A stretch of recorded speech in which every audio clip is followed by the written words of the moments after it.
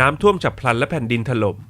ดินฟ้าอากาศมักเป็นปัจจัยที่ทำให้โลกของเราแปรปรวนและบางครั้งก็ก่อให้เกิดเป็นปรากฏการณ์ที่อันตรายเกินคาดเดาถึงขนาดฆ่าคนได้ทั้งเมืองเลยทีเดียว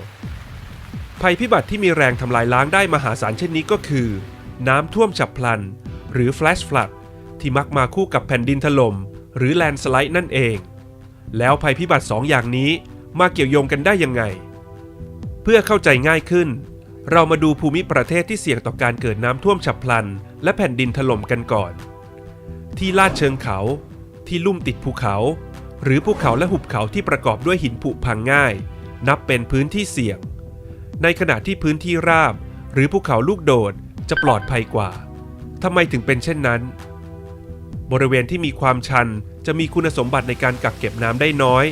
เช่นบริเวณต้นน้ำหรือลำธารในช่องเขาทำให้เวลาฝนตกหนักน้ำจะทะลักออกจากช่องเขาส่วนต่างๆมาสมทบกันและไหลไปตามร่องน้ำอย่างรวดเร็วลงสู่ที่ต่ำยิ่งชันและมีพื้นที่รับน้ำมาก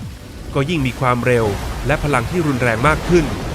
ภูเขาและน้ำฝนจึงเป็นปัจจัยสำคัญต่อการเกิดน้ำท่วมฉับพลัน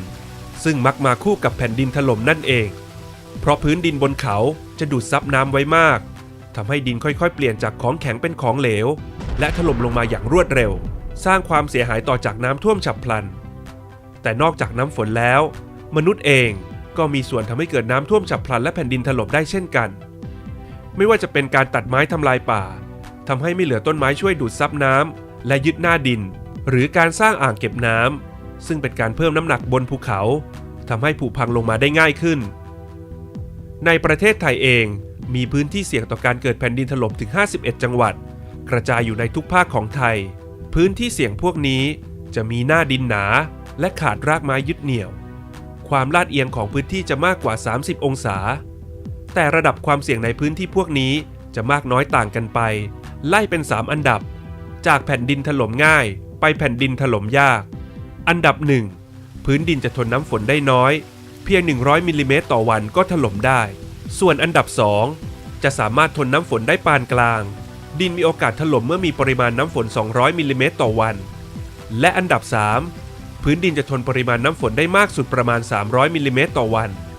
เราจะเห็นว่าพื้นที่เสี่ยงส่วนใหญ่จะอยู่ตอนบนของประเทศเพราะมีภูเขาซึ่งเป็นต้นน้ำลำธารมากส่วนใหญ่เกิดจากอิทธิพลของพายุหมุนเขตร้อนในขณะที่ภาคใต้เกิดจากมรสุมตะวันออกเฉียงเหนือและมรสุมตะวันตกเฉียงใต้พายุและมรสุมพวกนี้เองที่ทำให้ฝนตกหนักและน้ำฝนก็เป็นชนวนสำคัญที่ก่อให้เกิดมหันตภัยเหล่านี้แต่ผลกระทบที่เราได้รับจะเป็นอย่างไรกันเมื่อเกิดน้ำท่วมฉับพลันแผ่นดินก็ถล่มเกิดผลกระทบเป็นลูกโซ่ป่าไม้ก็ขาดความอุดมสมบูรณ์จากดินความชื้นของป่าก็ลดลงฝนจึงตกน้อยลงเกิดภาวะแห้งแล้งเพิ่มขึ้นและที่เห็นได้ชัดคือชุมชนที่ได้รับผลกระทบเส้นทางคมนาคมและพื้นที่เพาะปลูกเสียหายหลายครั้งมีผู้คนเสียชีวิตและบาดเจ็บจากภัยธรรมชาติพวกนี้ประเทศไทยเกิดเหตุการณ์น้ำท่วมฉับพลันและแผ่นดินถล่มแทบทุกปีโดยมีความเสียหายและความรุนแรงในแต่ละครั้งแตกต่างกันออกไปครั้งที่สร้างความเสียหายมากที่สุดในประเทศไทยเกิดขึ้นวันที่22พฤศจิกายนพุทธศักราช2531ที่ตำบลกระทูลอำเภอพิปูนจังหวัดนครศรีธรรมราชก่อนเกิดเหตุมีพายุ Depression ทำให้ฝนตกต่อเนื่องหลายวันพื้นดินและเชิงเขาที่ชาวบ้านปลูกยางพาราซึ่งเป็นพืชเชิงเดี่ยวไว้ก็อุ้มน้ำไม่ไหวและพังทลายลงมาในรูปของโคลนถล่มพร้อมต้นไม้มีผู้บาดเจ็บและเสียชีวิตกว่า230คนบ้านเรือนเสียหาย 1,500 หลังพื้นที่การเกษตรเสียหาย 6,150 ไร่และเมื่อปีพุทธศักราช2549ระหว่างวันที่22พฤษภาคมถึง23พฤษภาคมเกิดน้ำท่วมฉับพลันและแผ่นดินถล่มครั้งใหญ่บริเวณภาคเหนือตอนล่าง5จังหวัดได้แก่จังหวัดอุตรดิตถ์สุโขทัยแพร่ลำปางและน่านน้ำป่าที่ไหลลงมาทำให้ตัวจังหวัดอุตรดิตถ์ต้องจมน้ำกว่า2เมตรเป็นครั้งแรกในประวัติศาสตร์อีกด้วยมีผู้เสียชีวิตในครั้งนั้นรวมกันถึง88คนจากการรายงานของกรมป้องกันและบรรเทาสาธารณภัยในต่างประเทศเหตุการณ์น้ำท่วมฉับพลันและแผ่นดินถล่มที่สร้างความเสียหายมากที่สุดในโลกคงหนีไม่พ้นโศกนาฏกรรมที่รัฐบากัสประเทศเวเนซุเอลา เมื่อวันที่ 15 ธันวาคม พุทธศักราช 2542 สาเหตุจากพายุฝนโหมกระหน่ำรุนแรง น้ำป่าและดินโคลนทลายลงมาจากภูเขาชันที่ปกคลุมอยู่แทบทั้งรัฐ หลายเมืองที่อยู่ติดชายฝั่งถูกกวาดหายไปทั้งเมืองพร้อมกับบ้านเรือนและประชากรที่หนาแน่นมีผู้เสียชีวิตกว่า 10,000 ถึง 30,000 ศพนับเป็น 10% ของประชากรทั้งรัฐทีเดียวในขณะที่เมื่อวันที่ 18 พฤษภาคม พุทธศักราช 2558 เกิดแผ่นดินถล่มขนาดใหญ่ในเมืองซาก้าประเทศโคลอมเบียสาเหตุเพราะน้ำท่วมฉับพลันจากฝนตกหนักมีผู้เสียชีวิตอย่างน้อย 78 รายไม่ว่าจะเป็นมุมไหนของโลกน้ำท่วมฉับพลันและแผ่นดินถล่มก็เป็นปรากฏการณ์ที่อันตรายแต่ก็ใช่ว่าเราจะรับมือกับภัยพิบัติพวกนี้ไม่ได้เราสามารถสังเกตแนวโน้มของภัยพิบัติได้ง่ายๆโดยติดตามข่าวพยากรณ์อากาศและสังเกตสภาพอากาศรอบตัวเราเช่นฝนตกหนักติดต่อกันหลายวันโดยไม่หยุด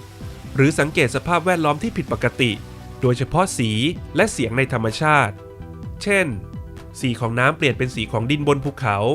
เพราะโคลนเริ่มถล่มลงมามีเสียงอื้ออึงผิดปกติจากภูเขาและลำห้วยเป็นสัญญาณว่าน้ำป่ากำลังทะลักลงมานอกจากนี้ระดับน้ำที่เพิ่มขึ้น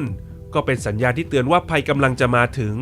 ไม่ว่าจะเป็นน้ำท่วมหมู่บ้านอย่างรวดเร็วผิดปกติหรือระดับน้ำในห้วยสูงขึ้นอย่างรวดเร็วทั้งหมดต่างเป็นสัญญาณเตือนภัยที่สำคัญเมื่อเกิดภัยพิบัตินี้ขึ้นเราควรอพยพออกจากพื้นที่หรือหนีขึ้นที่สูงที่ปลอดภัยและรีบแจ้งต่อให้รู้กันโดยเร็วไม่ควรเข้าไปทำกิจกรรมในทางน้ำธรรมชาติโดยเฉพาะในฤดูฝนเมื่อเห็นน้ำป่าเริ่มหลากลงมาจากภูเขาเราไม่ควรเดินลุยหรือขับรถข้ามทางน้ำแต่ควรหันกลับขึ้นที่สูงโดยเร็วเพื่อหลีกเลี่ยงความเสี่ยงถ้าเกิดพลัดตกไปในกระแสน้ำไม่ควรว่ายน้ำหนีเพราะเราอาจถูกซากต้นไม้และก้อนหินกระแทกเสียชีวิตให้หาต้นไม้ใหญ่ที่ใกล้ที่สุดเกาะเอาไว้แล้วปีนหนีน้ำให้ได้เราสามารถเตรียมรับมือได้แต่เนิ่นอีกด้วยเพื่อให้ปรากฏการณ์พวกนี้เบาบางลงเพียงช่วยกันปลูกป่าเพื่อช่วยซึมซับน้ำป่าและร่วมกันเป็นหูเป็นตาดูแลป่าไม้ไม่ให้ถูกตัดถ้าเราทุกคนช่วยกันสังเกตและเฝ้าระวังลมฟ้าอากาศที่มีโอกาสก่อให้เกิดภัยพิบัติเราก็จะไม่ประมาทและสามารถเอาตัวรอดได้ทันท่วงทีและปลอดภัยจากความแปรปรวนของปรากฏการณ์พวกนี้ได้